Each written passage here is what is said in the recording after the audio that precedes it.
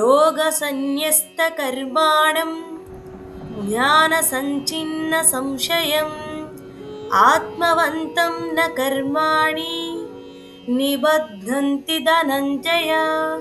పద అర్థం చూద్దాం రండి. యోగ సన్యస్త కర్మాణం, యోగం ద్వారా కర్మలను విడిచినవాడు.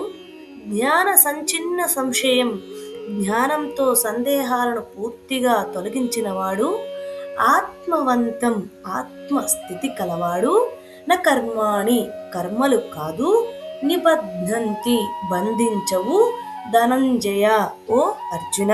ఇప్పుడు తాత్పర్యం చూద్దాం రండి. కృష్ణుడు చెప్తున్నాడు, అర్జున ఇప్పుడు కర్మ మరియు జ్ఞానం మధ్య ఉన్న చివరి సత్యాన్ని విను.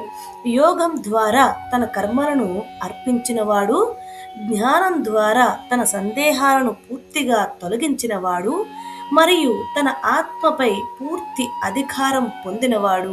అర్జున, అటువంటి వాడిని కర్మలు బంధించలేవు. ఎందుకంటే అతను నేను చేస్తున్నాను అనే భావాన్ని దాటిపోయాడు. అతను కేవలం కర్తవ్యాన్ని చేస్తాడు, బంధం లేకుండా.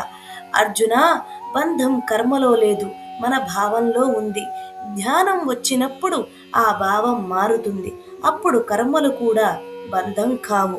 అర్జున, అందుకే యోగం మరియు జ్ఞానం రెండూ కలిపి జీవించు. అప్పుడు నువ్వు నిజంగా స్వేచ్ఛగా ఉంటావు అని కృష్ణుడు అర్జునుడికి అలాగే మనకి కూడా సందేశాన్ని ఇస్తున్నారు. హరే కృష్ణ.